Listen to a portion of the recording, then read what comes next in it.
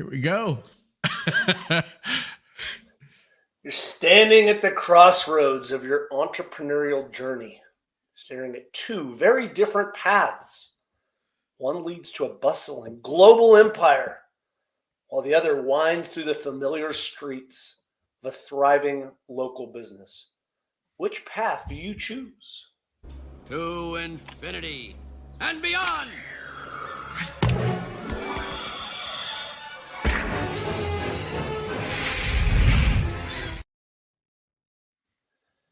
Any show that starts with a Buzz and Woody reference has got to be pretty damn good, I think. Imagine launching a product that quickly becomes the talk of your town. Sales are booming, customers love it, and you start thinking, why stop here? So you expand to neighborhood cities, then to the whole region. Eventually, you're eyeing the national market. But as you scale, something starts to change. What works so well locally isn't resonating as strongly on a larger scale. Your growth starts to stall, and you realize that what made your brand a local hit isn't translating to a broader audience. This is a scenario many entrepreneurs face when they underestimate the nuances of branding across different scales. A brand that succeeds locally isn't guaranteed to thrive regionally, nationally, or globally, with a strategic and tailored plan to each level. Take the case of In-N-Out Burger, this iconic chain, a beloved brand on the West Coast of the United States, known for its consistent quality and cult following. Despite its success, In-N-Out has chosen not to expand aggressively across the country or globally. Why? Because they understand what makes them special in California might not translate the same way elsewhere. Their focus on local, regional dominance rather than rapid national expansion has helped them maintain their brand integrity and customer loyalty. Today, we'll be discussing defining your brand's ambition. How do you really want to be? How big do you really want to be? Whether you're dreaming big or starting small, we'll explore how to align your goals with the right scale for your business and why it's so important to make these decisions early on. All that and more, and maybe a few more Buzz and Woody references, I don't know, on today's How to Founder.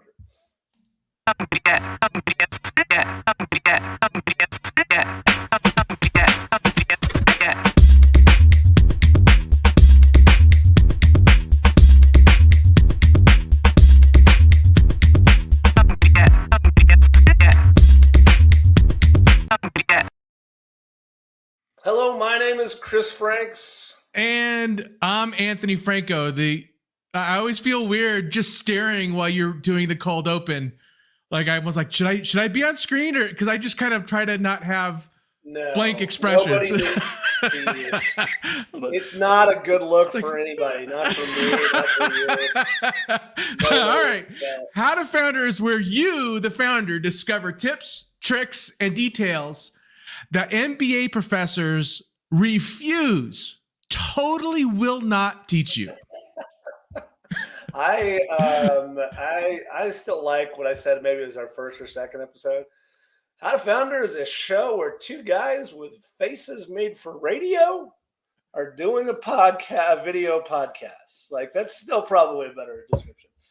Anthony, today we're diving into a fundamental question every early stage founder should ask. How big do you really want to be? It's a decision that will influence every aspect of your business, from your strategy to your operations.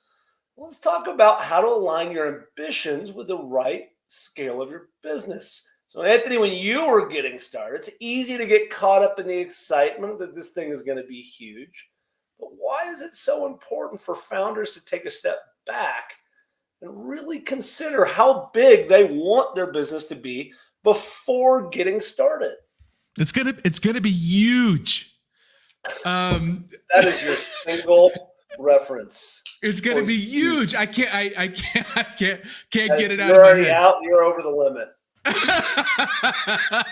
One pseudo political reference per episode is what Chris has allotted me, and I just used it up in the opening. So I do. I always find what are you doing? Those are small hands. Huge.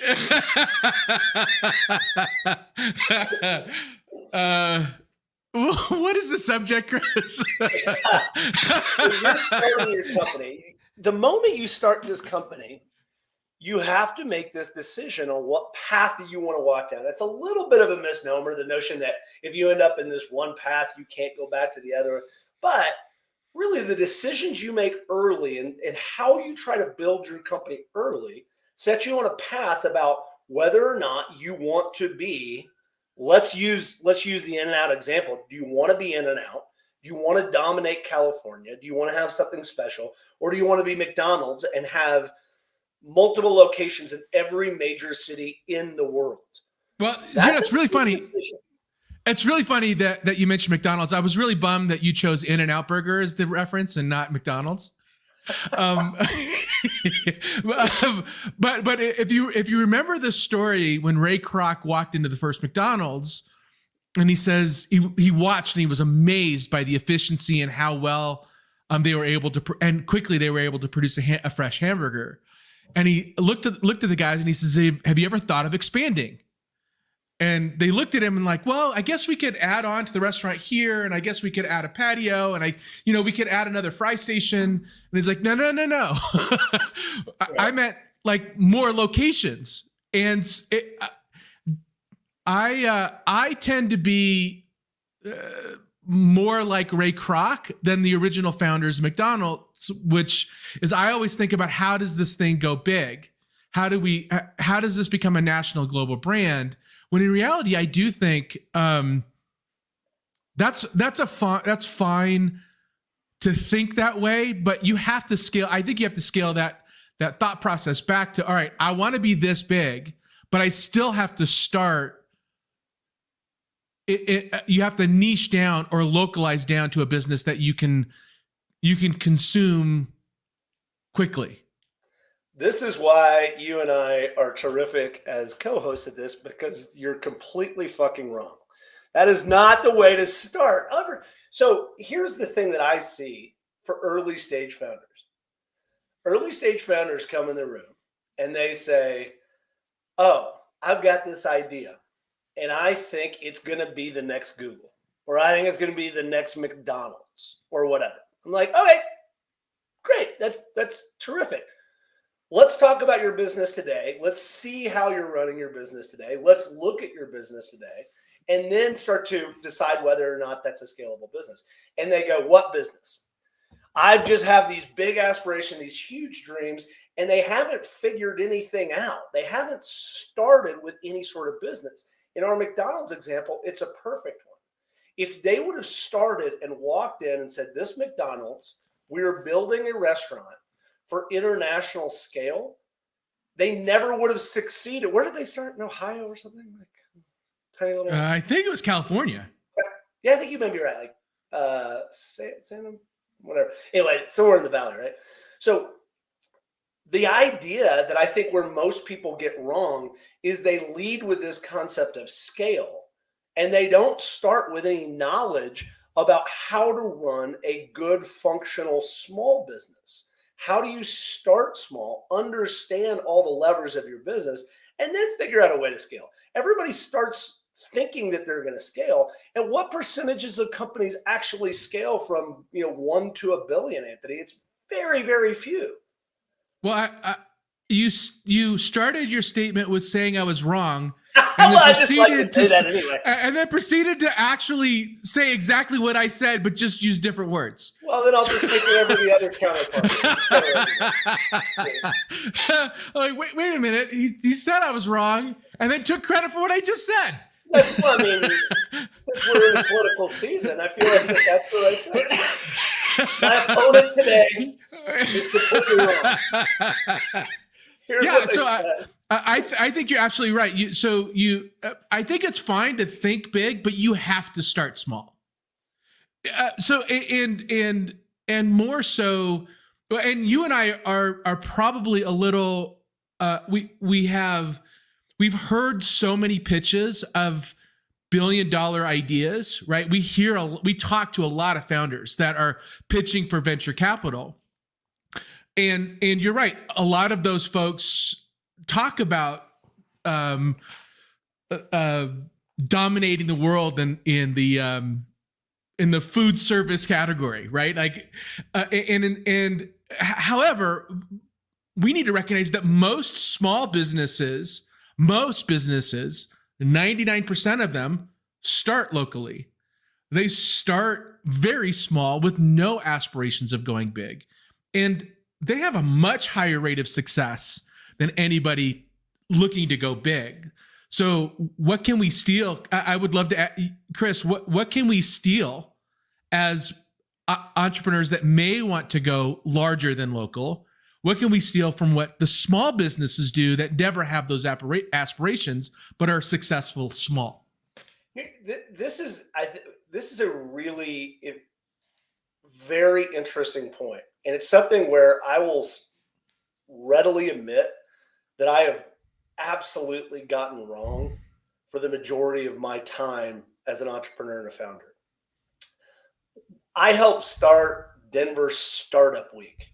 My whole thing was, we as entrepreneurs, it needs to be a startup. And I defined startup, at least in my own mind, as something that was a scalable enterprise. It was high growth enterprise. Like, let's go and let's dominate. Let's go fast. Let's raise a bunch of capital, all that sort of stuff.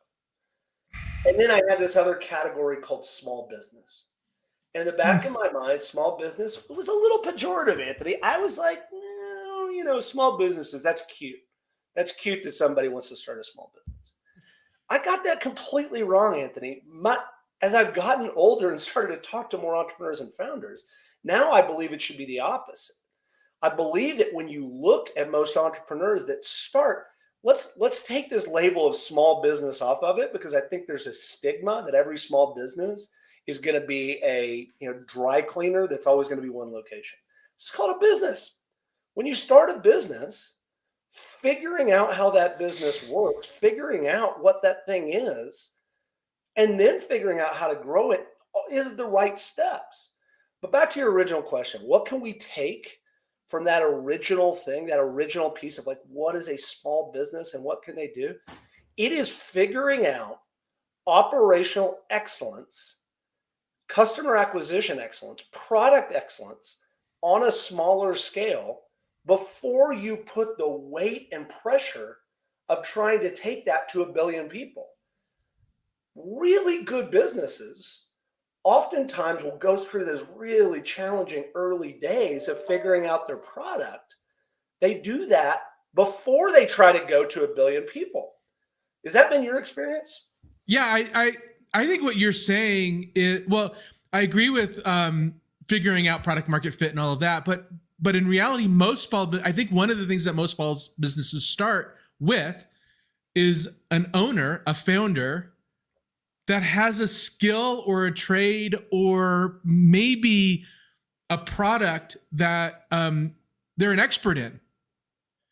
And then they scale themselves into a business. They go from single to 2 people to 10 people to 100 people based on their skill set.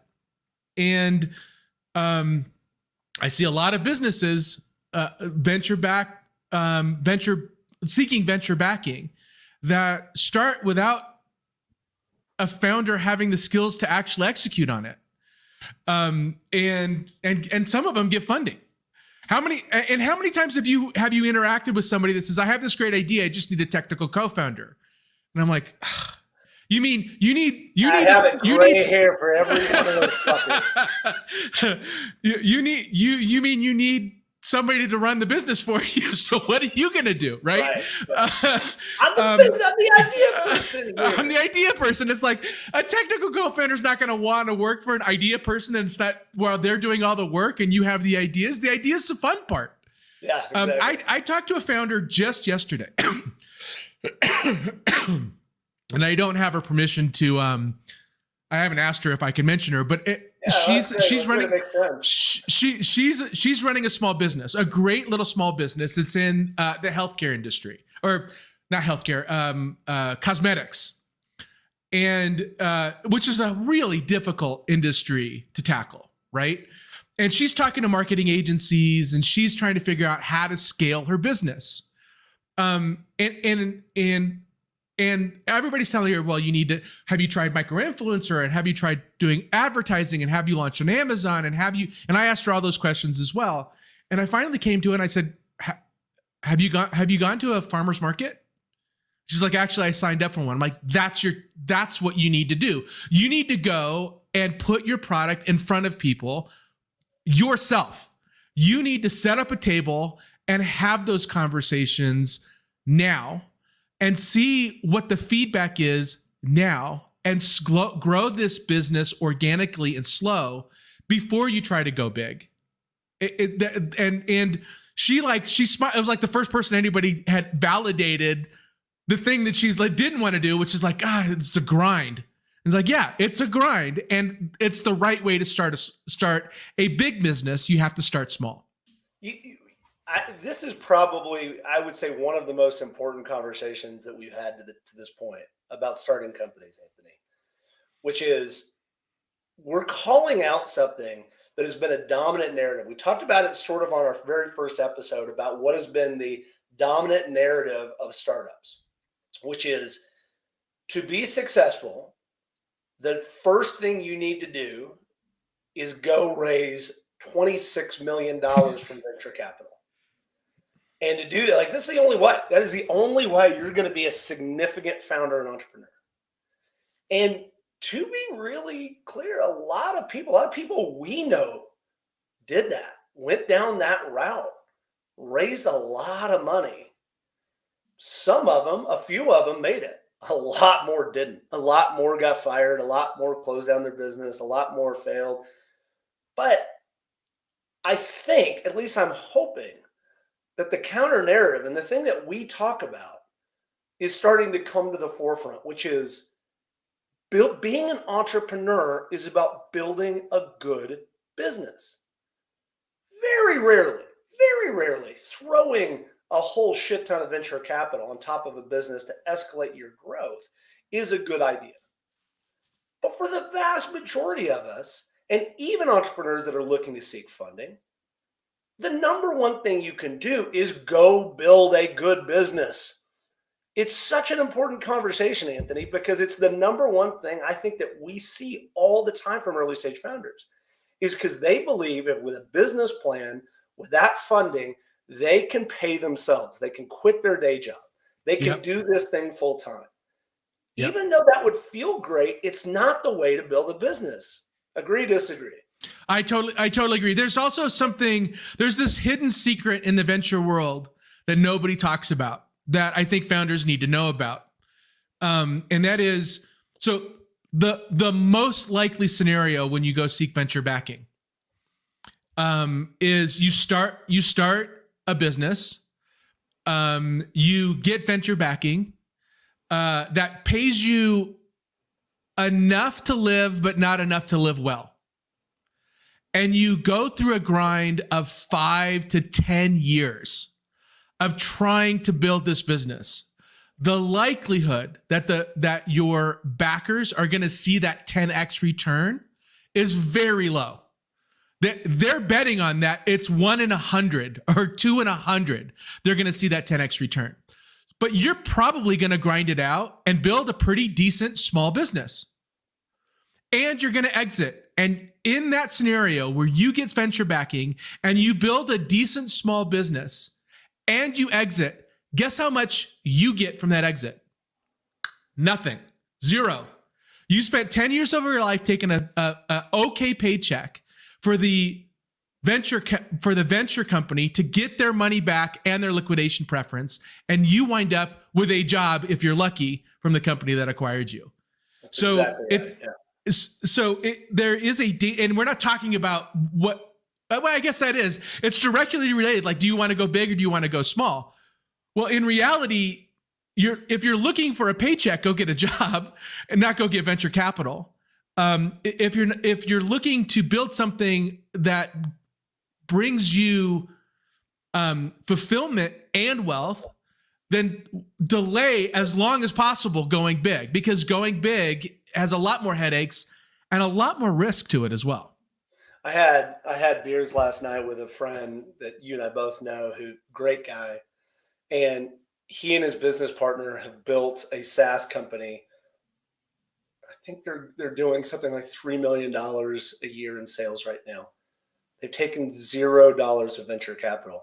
Oh, that's awesome. Another friend that you and I both know, really OG Denver startup person, just sold their company for more money than his grandkids will be able to spend. There was 2 people on his cap table. He owned 90%, and his technical co-founder owned 10.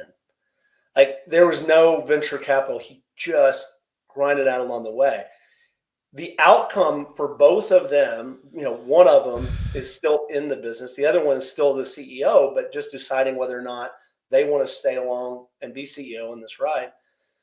Both of them will have a so much bigger personal outcome than if they would have brought venture along for the ride. Now, could they have grown faster? Could they have jumped a couple of steps? Could they have gone from paying themselves $50K a year to $100K a year? Maybe a year faster. I don't know. Maybe not, because when you have venture people on your board, to your point, sometimes they don't let you pay yourself more. But also, you lose control of business. The guy I talked to last night, he just said, my one piece of advice for every founder is never lose control of your business. Never lose control of your business. It's such a dominant narrative, Anthony. How do we convince people that this is not the truth? And what's really happening when you bring VC on board, when you bring this scalable things on board, and that there's multiple ways to scale? It doesn't have to be through venture capital. Yeah, there doesn't have to be through venture capital. And we'll actually have a podcast episode about the various sources of capital, including venture. But you don't. So I want to take it back one step. You don't necessarily lose control when you raise capital, but your optionality goes down, because you may sell 10% of your company, right, to angel investors in a seed round. You're not going to lose control over that, but you are making a promise that I'm going to go big. I'm going to give you a 10x return on your capital. That's the expectation that you're setting, that you're going to go do this and likely go raise more capital, which will likely mean you lose control. Yeah, dilute you more. It'll dilute you more. So the calculus is if you're doing it to build wealth, if you're a founder to build wealth, then never raise venture capital.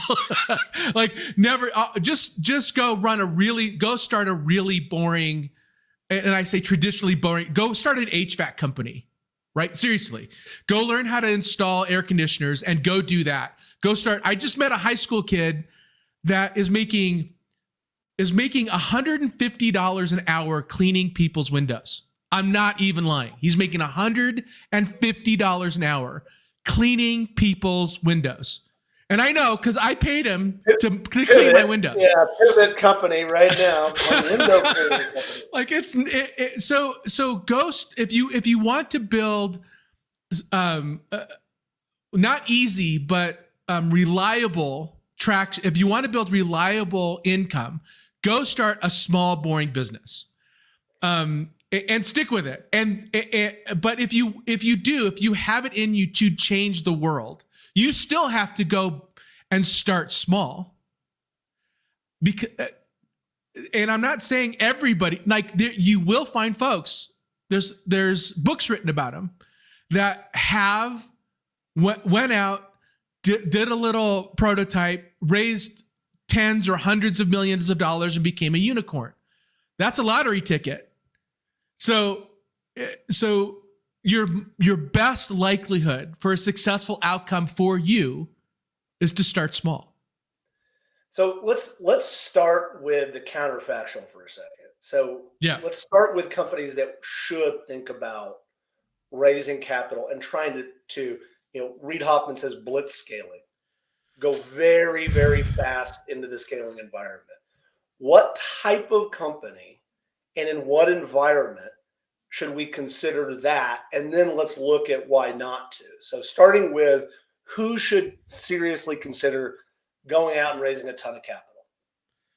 Well, I can think of two, and there's probably more, two categories. One, where your idea requires a great deal of navigating regulation. Yeah, like medical devices or things where you have to do a clinical trial, which are ridiculously expensive. Yeah. Or where you're trying to displace your only entryway into a market is to completely displace a monopoly. My thought on that is, have you ever heard of a company called CoStar? No, most people haven't. So CoStar is essentially you know what an MLS is?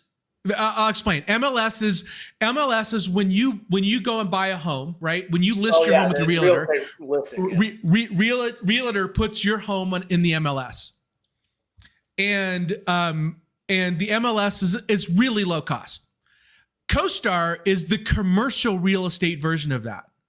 They have essentially a monopoly, and they charge commercial real estate, and all commercial real estate brokers hate CoStar. They charge a lot. They practice evil. they sue startups into oblivion because they're infringing on copyrights or patents. They have a monopoly on the data. So if you're going to list something as a commercial real estate, you have to list in CoStar because you don't have traction. They're a miserable company that deserves to be displaced. The only way you're going to displace it is you go raise a mountain of capital with the intent on getting rid of them. And you have to go big. You have to go big to even compete. So those are the two things that I would, and there might be more, Chris. Do you have any ideas of where else you might need to? I think the other thing that I would say is that the market has split open and something's happened, something's changed, either regulation or technology, or something's changed where suddenly there is a very short window of time where you can define or dominate a category. And if, that's probably it's probably where most venture-backed companies that want to go in will argue that the time and the market have collided perfectly, where if they don't take advantage of this unique opportunity at this unique time and grow incredibly big, incredibly fast, that somebody else or multiple people will come in and dominate this market. But we have this unique thing that's going to get us to the top of this market really, really, really fast. It's harder to define because it's almost never true. It's almost never true that, hey, search is available at this one time and one company is going to dominate search, and that company is called Google. Okay, Google. But that just happened to be this unique time in history, and everybody kind of points to that one thing. Almost never really true. And also Google's been really good at innovating and staying dominant in their space. So every once in a while you'll see something, and AI, I think, is one of those moments where the market sort of broke open a little bit. And the time is now where it's like, okay, if we can apply this incredible power of AI to some of these industries, we will be able to dominate this kind of niche, this vertical, et cetera. But again, I think that that's actually way more rare than people think. It's way better, I think, to, again, just go in and systematically dominate an industry through from the ground up. That's my approach. I'm sure there's others, but that's kind of and AI has an incredibly expensive cost of entry. Unless you're leveraging somebody else's LLM, right? If you're building an AI company on top of ChatGPT, you're fine. But you're likely going to be replaced because if it's really expensive to enter a big market, then what's your competitive differentiator? Right? One of my favorite things, and just to put a point on this from a founder's lens, NVIDIA is the people that make the computers that run artificial intelligence. And the founder and CEO of NVIDIA is a guy named Jensen. And Jensen was interviewed on a podcast I really like. And he said, well, if you could go back, Jensen, and do anything differently, what would you do? He said, simple, I wouldn't have done it. It's the most valuable company in the world. That dude's probably a billionaire 4 or 5 times over at this point. He's having an employee retention problem because of the billionaires that he's created as employees. Yeah, exactly. So he said it was so hard along the way. If I knew how hard it was going to be, I probably wouldn't have done it. That, I think, sums up this point of taking VC money really, really well. It's really, really hard. And they were at death's door 3, 4, 5 different times along that journey. Yeah. And he managed to get out of it. Okay, so now we've talked about who should, and we're probably lacking some, but for now, let's say this is a small type of company that has a unique opportunity that either A, you need to go tackle a huge incumbent, or you have this unique time and space and market conditions that you need to go and take advantage of quickly. Then let's talk about these other companies, which is 99 point something % of other companies, right? In those moments, how would you recommend that we think about, even if my ambition is to scale, what are the steps, what's the mental model I need to go through to start thinking about building a great company that maybe one day, in a week, in a month, in a year, in 3 years, can start to scale? Well, I think I have a political, what could be construed as a political answer to that, and is that if you look at Facebook, I think Facebook is a really interesting model when you're talking about starting small and scaling. Zuckerberg did not set out to build a global social network. He set out something to help him find women on campus. I don't know why that's political. I was waiting for the political shoot. Facebook, you can argue it has some positive and negative attributes to it for the society. But he started very local, his college campus, trying to hook up at his college campus, and didn't take money until he had traction. And even the money that he took, he still retained, famously, 51. He's retained control of the company and didn't start generating revenue until he knew he had a product he could generate revenue from. Now, that part is really hard. He was in a privileged position where he didn't have to pull down a salary to feed his kids to start a business. He could live on ramen for a year or 2 years. So I think but that model is really interesting. Starting small and then finding a niche, finding traction, and scaling from it. So that can apply to you, whatever business very likely can apply to you if you're starting a small business, or starting a business you want to go nationally. Start small. Start it small. See what the messaging looks like, see what your customers look like, have conversations with them, build an MVP product, which we've talked about, create something that you can sell and see if people will buy it. And then slowly expand. In the world, I think the last piece of it, what you just said, is most important there, which is I've been in the tech world, quasi-tech world, for a really long time. And when we start to say, like, what is that moment of traction? What is that thing? You'll get a lot of people that say, well, we're on AWS and have infinitely scalable backend and infrastructure. And that's a waste of money, right? When we say whether or not you are scalable, it means whether you have scalable customers, whether you're selling something to a group of people that really want to buy that thing. And to me, I'm a little bit of a contrarian here because I come from that go-to-market world. The only thing that matters, you can fix everything else about your product, but the only thing that matters is whether or not there is a market that really wants to buy your stuff. And hopefully that's a big market. If it's a big market, then suddenly you can start to make the decision of, okay, let's expand.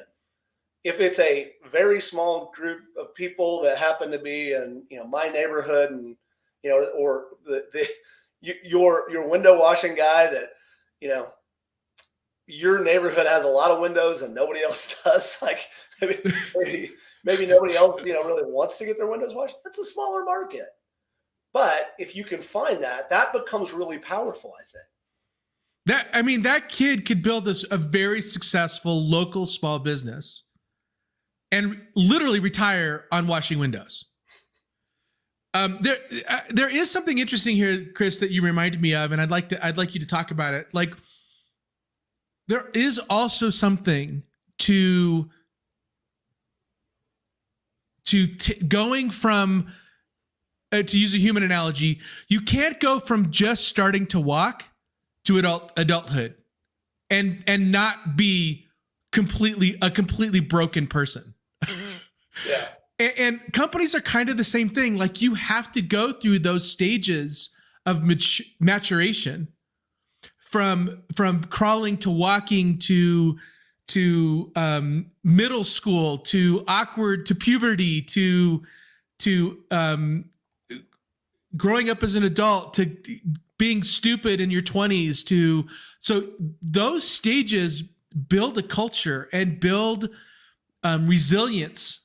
And I've seen a lot of companies that have raised a lot of money and skip a lot of the steps. And let me give you a really good example on this.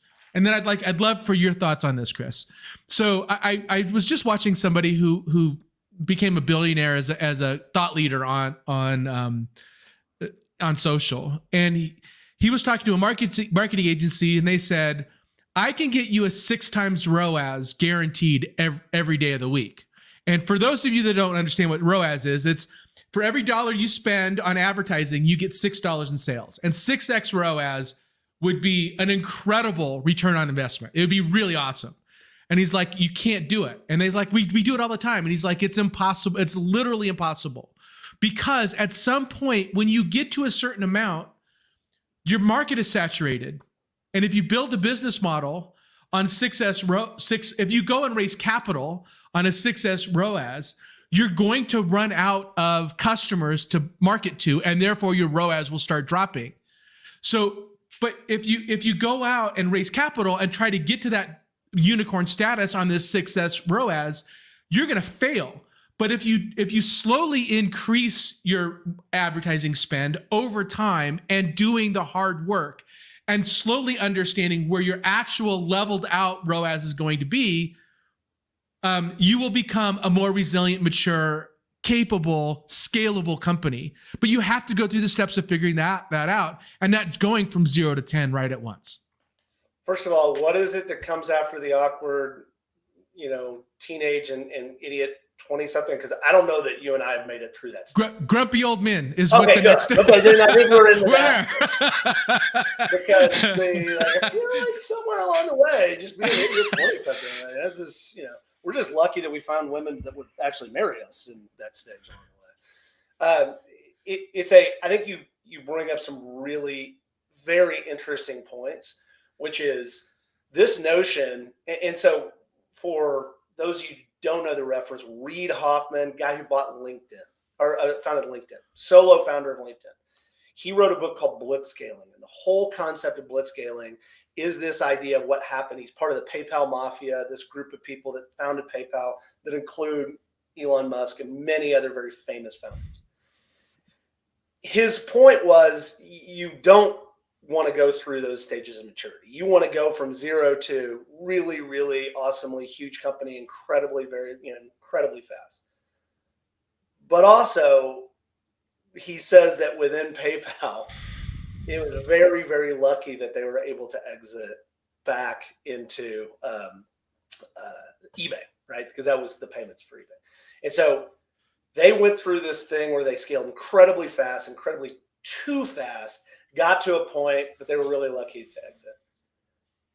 That's true if you have a room full of people that are maybe considered some of the smartest human beings on the planet, and all of them have no lives, and all of them work 80 hours a week and don't have any, that's a model. And it worked in this case. It's so rare for that to be able to work. The notion of systematically building your business from the ground up on a strong foundation, and then taking the next step and the next step and the next step, and solving those big problems along the way. Like, hey, we're running out of customers here.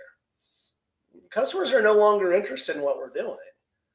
Do we need to get better? Do we need to attract more, get more market penetration, meaning within this market? Do we need to get better at selling into this market? Or do we need to broaden who we're selling to? Those are big, tough decisions that probably require you to be thoughtful along the way. Really, really good conversation, Anthony. I think it's such an important one.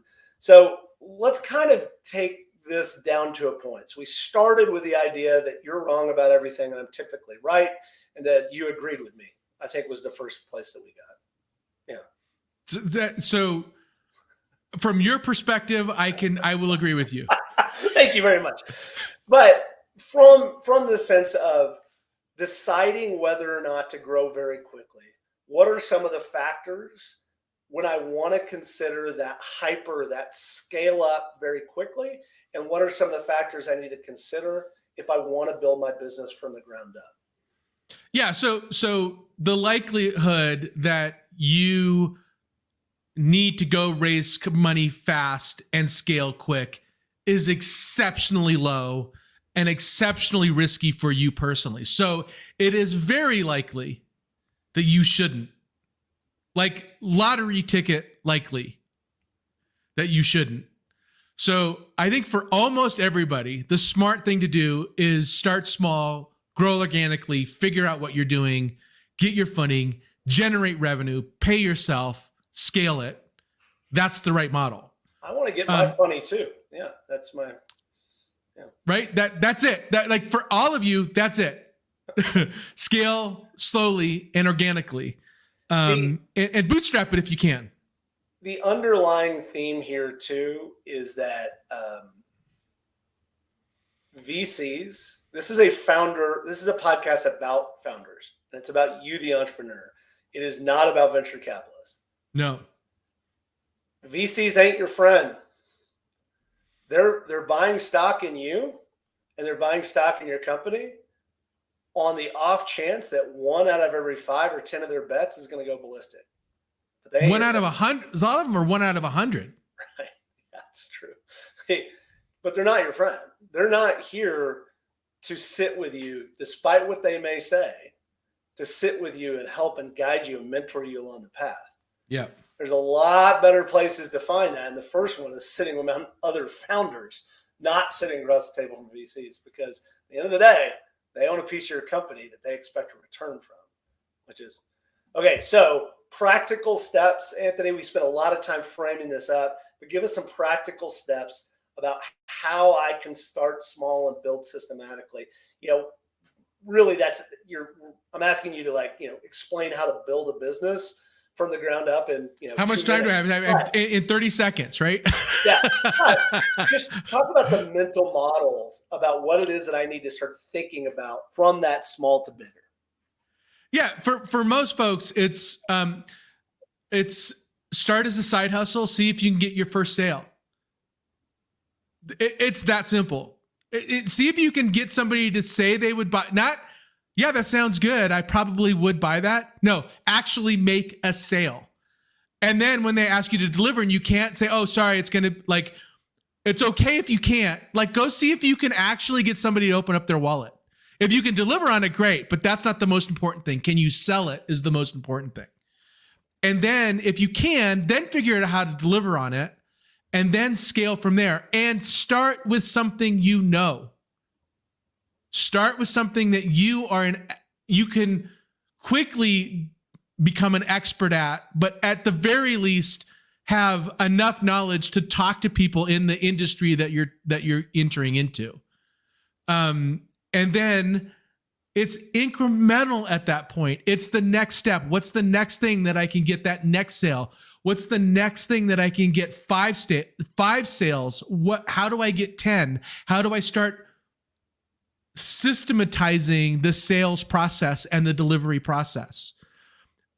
So don't over engineer at first. Engineer and optimize and systematize once you have something that you know you can continue to grow and develop. And then you're going to hit problems. You're going to hit problems in the fact that you didn't have a process for when a customer does X. All right, fine. Now you do, because you won't make that mistake again, and just don't repeat mistakes. And that seems simple, but it is the simple formula. Start small, scale until you can pay yourself a full-time salary, then jump off ship, then scale that. You're going to make mistakes. Things are going to go back and forth. That's what it looks like. It feels scarier than raising venture capital and getting a paycheck. But if you're able to do that, you have far less risk than you do in raising even venture capital. It's one of those things that doesn't seem true, but absolutely is.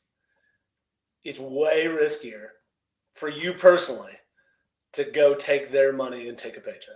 Like, if you can drive Uber, if you can do DoorDash and, make ends meet, it's way safer to do that than it is to go and take a big paycheck. Really, really good conversation, Anthony. Thank you for agreeing with everything that I've said. You're welcome. Yeah. Thank you for being so smart, Chris. Thank you for having. I do what I can. I do teach a college class, so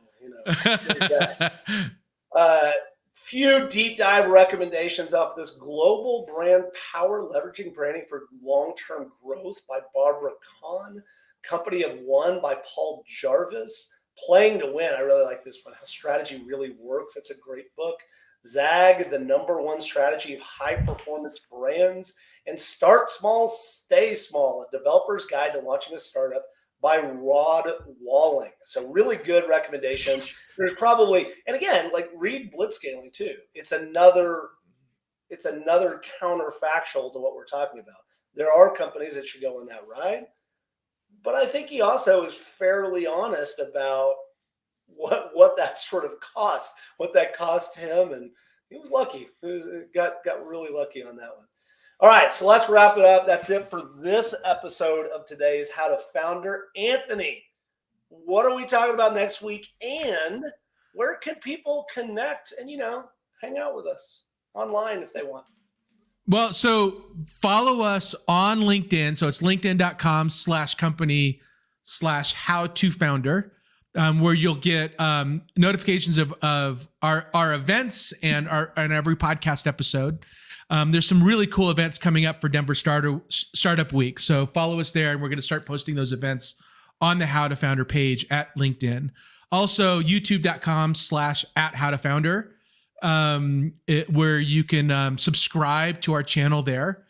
And next week, we're going to talk about something kind of fun, Chris. We're talking about navigating co-founders. So this is where we fire each other on our live broadcast. It's going to be great. You're fired. No, you're fired. I can't wait to talk about that. A little teaser for that. Chris and I have a really unique clause in our operating agreement on how we solve disputes, and we'll talk about that on. What day is it today? Thursday. So we'll talk about it on Tuesday next week. Until then, guys, have a great weekend. Thank you for tuning in. We'll see you Tuesday.